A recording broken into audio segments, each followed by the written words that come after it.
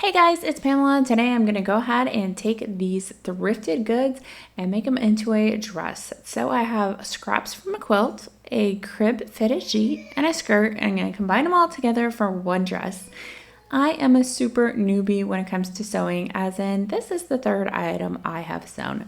The first being the jacket that I am wearing that is kind of ill-fitting, but at the same time is the most comfortable thing ever, so I'm wearing it non-stop. One thing about hobbies and learning new skills is that it will humble you. I am serious. Just trying to figure out how to gather fabric, how to do these things that seem so easy as you're wearing a piece of clothing just will have you in tears over a sewing machine as you try to figure out, how does this darn foot go down? And the same goes for YouTube videos. It's funny because I've just started making long form content on YouTube, and I didn't think it would be too much different from making videos and shorts and reels, that kind of stuff. But holy moly, it has humbled me to my core. As I created this dress, I realized when uploading my videos to my computer that I am missing a big chunk of the video. You're not going to see all of this dress being made. I will show you the finished product. Don't worry, don't click away yet.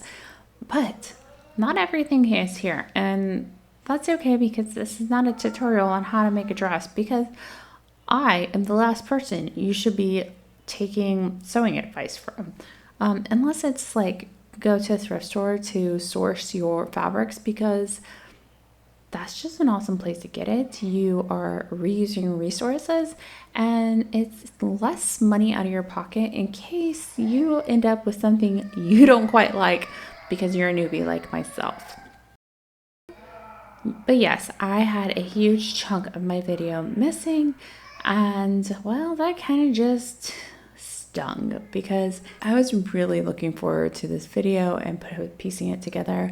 But as I was making it, I just became irritated that I couldn't show the full thing to everyone. I am still learning, and I am going to give myself some grace and be like, it's okay, Pamela. It is okay.